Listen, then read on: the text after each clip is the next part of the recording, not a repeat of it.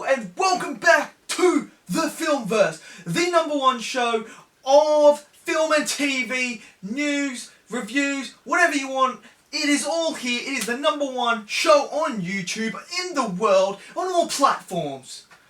It's not, but it sounds cool. Anyway, I got a new pop, as you can see. Vegeta powering up. It's Vegeta Blue doing the final flash in the Tournament of Power by the looks of it. Powering up. It's pretty freaking cool. So you know he's my favourite character. So anyway, we're going to talk some film stuff today. And we have got a packed show today. We have got Rami is coming out to direct Doctor Strange 2. What?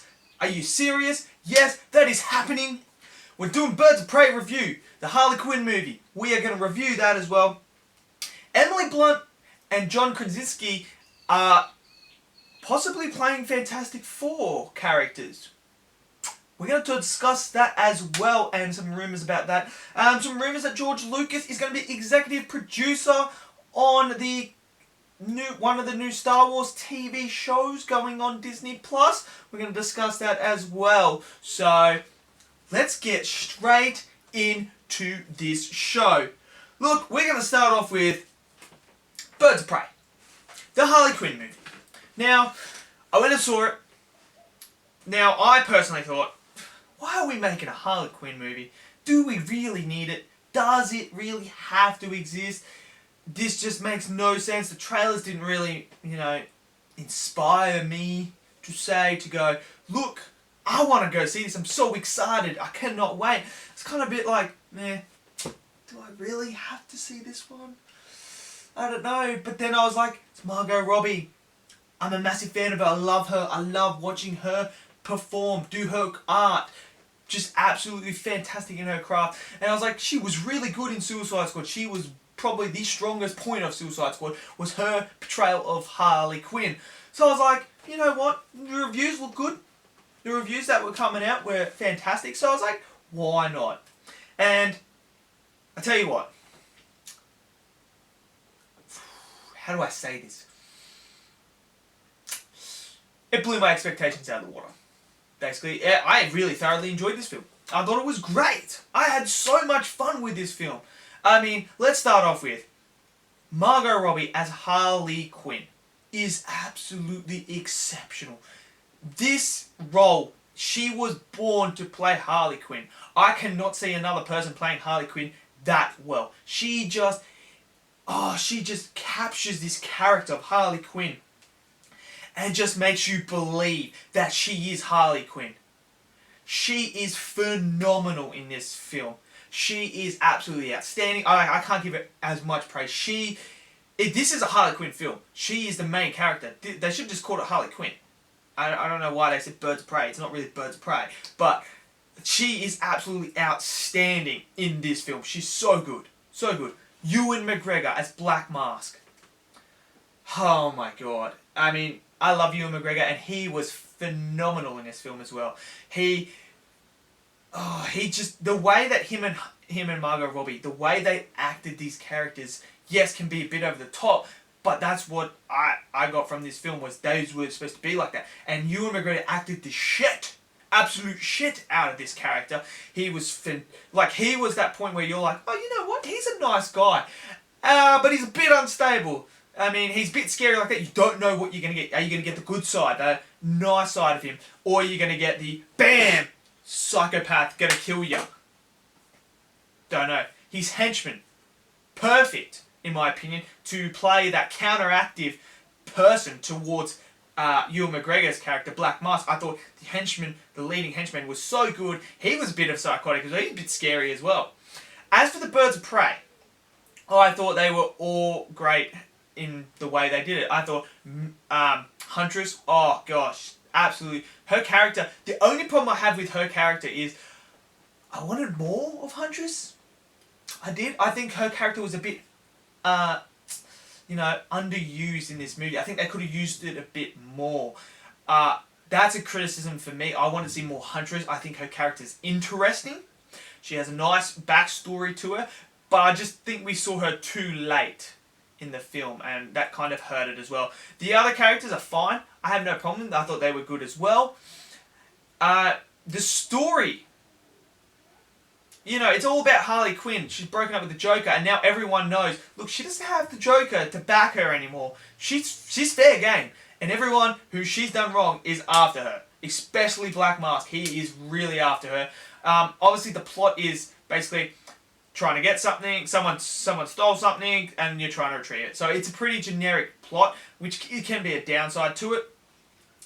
Look, Black Mask could have had a bit, they could have done a bit more about motive and stuff like that. Would have been a bit better, I think, for his character as well. The action in this, to me, the action in Birds of Prey is the best in the DCEU. I think it is the best. It is so good. The slow-mo in the middle of the action scenes, absolutely fantastic. Like, this is hard R-rated, and you can see why. I mean, there's Harley Quinn breaks freaking some legs, and they're not just like normal breaking legs. They are freaking, oh my god, broken legs. Like, she is very violent in this. There's one scene, I mean, when she goes into the prison, like the police officers, well, I can't even speak. Into the police station with her gun and that, and it's so bright and colourful in this action scene where she's shooting red, like these like canisters, and they're like red, blue, glitter, everything. It is so good. It is so good. I mean, it was awesome. Look, this isn't going to be the perfect movie. It's not a perfect movie. It's funny, entertaining. I was never bored. I really thoroughly enjoyed it. I mean, you get lost in Margot Robbie's performance of Harley Quinn. It is so good. Ewan McGregor's good. I think the acting is good in this film. Look, yes, it's a generic story that could have, you know, a bit more. But you know what? I'm down for a freaking sequel. I am down for a sequel. I want to see more Huntress. I want to see more of her character develop. I thought it was fantastic. I didn't have a problem with it. I really enjoyed it. I was wrong again. That's 2 DC films I've been wrong about. Joker and Birds of Prey. I hold my hand up. DC are on a freaking roll. And I can't stop it. So, yeah. So, to me, absolutely phenomenal. I had no problems with it. Birds of Prey, go check it out. I would recommend it. It is R-rated, so you can't take your children, and you don't want to. It is pretty, you know. Yeah, anyway, so let's move to topic number 2. Alright, Sam Rami is coming in to direct Doctor Strange 2 after the previous director has left over creative differences. This, to me, is so freaking exciting. We all know Sam Raimi. He delivered us what could be arguably some of the best comic book films. Spider-Man 1, Spider-Man 2. Spider-Man 3, it is what it is, but that's more the studio interfered in that. But the first 2, we know what he can do with a comic book film. And that is exciting. I mean, I am all for Sam Raimi to do this film, Doctor Strange. He has comic book experience. He also has made some horror films as well. And Doctor Strange 2 is supposed to be more horror as well as comic books. So, Sam Raimi has done a comic book film before. Very, very, very good. 2 very good ones. And he's done some good horror films as well. So, this to me almost seems like the perfect casting for a director. You know what I mean? He's got the horror. He's got the comic book. Can he complete and put them both together into the one film? I think he can. Now, there's some theories going around. You know, is Spider-Man going to be in this film now with Sam Raimi in it? Are we going to see Tobey Maguire? Probably not. But it's awesome to think about it. You know, you saw it in Morbius, Spider-Man, you know, Sam Raimi's Spider-Man in there. Is this where we somehow see Doctor Strange take Tom Holland's Spider-Man, throw him through the multiverse into the Sonyverse, and that's it? It's a big theory. Who knows? But for me, I'm excited by this. I think Sam Raimi's a great director. I mean, I love the first Spider-Man that he made. I love the second one he's made as well. He's done some good horror films. Doctor Strange, I thought the first one was good. Yes. I'm excited for Doctor Strange 2. Now, we also know Rachel McAdams is not coming back to reprise her role as Doctor Strange's love interest. That, to me, is a bit... you know, I thought you could have explored their relationship more in Doctor Strange 2, but now she's... I don't know if her character's going to be in it now. That's the interesting thing as well. So what Sam Raimi's going to do with that character, I don't know. Is he going to recast? I don't know. Is he going to just pull her out and not have a love interest for Doctor Strange? Just have Doctor Strange on his own with... Because, what's her name? Wanda is supposed to be in it as well. Because WandaVision is supposed to lead straight into it. So that's going to be interesting. So we'll know more about WandaVision, how that leads into Doctor Strange 2, what Sam Raimi's going to do. I'm excited. Let me know in the comments, what are your thoughts? Do you like this appointment of Sam Raimi directing this film, Doctor Strange 2? Let me know in the comments. Do you love it? Do you hate it? Do you think there was a better option? Let me know in the comments. And we're going to move to topic number 3. So, we have been talking for many years now. Well, it would have been 2 years ago.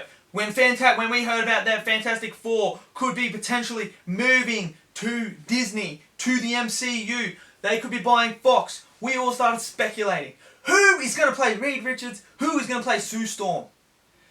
And all I remember is seeing this image of John Krasinski as Reed Richards and Emily Blunt as Sue Storm. And I thought to myself,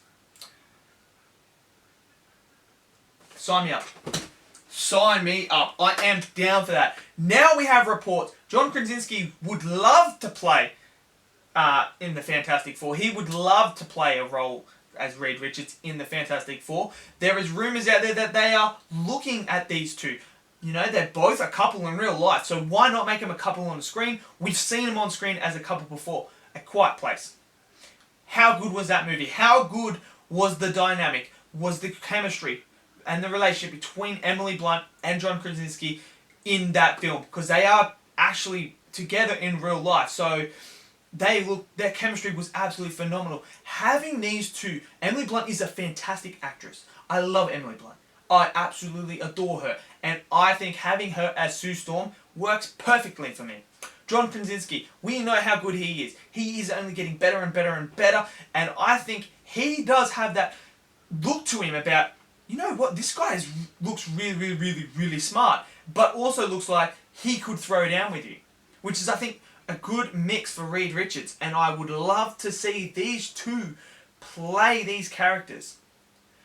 Then the next question comes in. Who plays Human Torch and who plays The Thing? They're the next big ones. For me, as long as you get a good actress, I mean, I wouldn't mind seeing Zac Efron. I think Zac Efron would be a cool Human Torch. You know, he's a bit younger than them as well, so he can play that little, you know, immature role to start off with and then grow into his powers. You could do him. I mean, there's other actors out there. I would love to know what your guys' thoughts are. Who do you think should play Human Torch? There's multiple people out there. Well, I mean, we've seen Chris Evans play him as well. And the other ones, we've seen Michael B. Jordan. So let me know. What do you think? Who should play that? As for The Thing. See, The Thing's going to be more CGI. So you just need someone who can deliver lines and stuff like that. Who's got the physique and that. So really, as long as there's a good actor, I don't care, really. But Doctor Doom's a big one as well. I mean, Doctor Doom's going to be a big casting. I'm interested to see who they do. So let me know in the comments. Do you like the idea of John Krasinski and Emily Blunt playing Reed Richards and Sue Storm? Who do you want to play the Human Torch? And who do you think should play The Thing and Doctor Doom? Let me know in the comments below as we move into our final topic here. Okay, so we're hitting the final topic here. Topic number 4. George Lucas is actually being rumoured to be the executive producer of the Cassian Andor's TV series, the new Star Wars one, which is interesting in my opinion. We know that George Lucas wants to come back as one of the creative minds to Star Wars. You know, I don't think he's completely happy with how Disney have handled it and where they are going with that trilogy that was just gone. You know, there was no fluidity, no layout, nothing. There was no direction in this new trilogy we got, which is what hurt it. What hurt it a lot. Now, we know George Lucas created Star Wars. He had a vision. You can say what you want about the prequels. At least they follow. At least they connect. At least there was a actual vision there. And there was a plan and it was followed out. Whether you can say if they were bad or not, that's your opinion. But we can all agree, at least George Lucas had a plan and he executed his plan. He followed it through. You watch 1, 2, and 3, and you can see, yep, okay, cool. They all meet up. Yes, granted, George Lucas isn't the best screenwriter or all that. Like, yeah, we get that, but he had a plan. Now we didn't have a plan for this new trilogy. Having George Lucas come in and do this TV series, I'm excited. I wasn't really when they announced that Cassian, I can't even say the word now. Cassian, I can't say his name. Cassian and Andor series. I kind of sat there and I was like, do we need it? Do I want to see this? We know what happens in Rogue One with him. We know how it ends, but like, do I really need one? No, not really. But now George Lucas is attached to it. If it is, these are just rumours right now, but if he is the executive producer, it makes me a bit more excited because I can see, because we all know how he does his things and stuff like that. So it would make me more intrigued to see what his plans were for this TV series. How are they going to tell it? But ultimately, I think we just need to get away from this stuff from Star Wars. We just need to start way back in the past. Like, I'm talking like millenniums back, like Revan, all that stuff. Tell that. Because, see, this is the problem with Star Wars right now. Now we're doing this High Republic era, which is 400 years before the Skywalker saga, before Phantom Menace. So, we could have the same freaking problem that we had with the prequels here, where you have this story where the original trilogy, so you go back and do the prequels, but you have to do the prequels so they match up with the original trilogy, right? This one is 400 years. Yes, I get that, it's 400 years. But if we do this and then we have to eventually, like, say they do this and it's like 100 years before the Phantom Menace, they stop right there. We then have to somehow, we're going to do another prequel before the High Republic era and go back to the Old Republic and try and tie that in. Because, see, the problem is, if you talk about things in the High Republic to do with Darth Bane, Revan, or anything like that, that then writes you in a corner that you have to then follow that coming into the prequel. So whether we just start with Revan and shit like that and go from there and talk your way through to the High Republic would be make so much more sense. Or fuck it and just go to the future. Simple. But having George Lucas, maybe we're going to get something interesting and good with this Cassian and Andor series. I don't know. I mean, I wasn't really excited for it. I mean, it's like, really? But hey, who knows, if it's as good as Mandalorian, I'm there. So, let me know in the comments, what do you think about George Lucas taking over this TV show? Are you excited? Does it make you more excited? Are you kind of like, no, I don't want it. We need some new fresh blood. Let me know in the comments. And thank you again for joining me for the Filmverse. This has been a fantastic show. Make sure you follow me in the links below. That's where my social media is. Follow me on Instagram, Facebook, and Twitter. And make sure you give me a thumbs up and subscribe. And I'll see you guys in the next video and in the next episode of the Filmverse. Peace!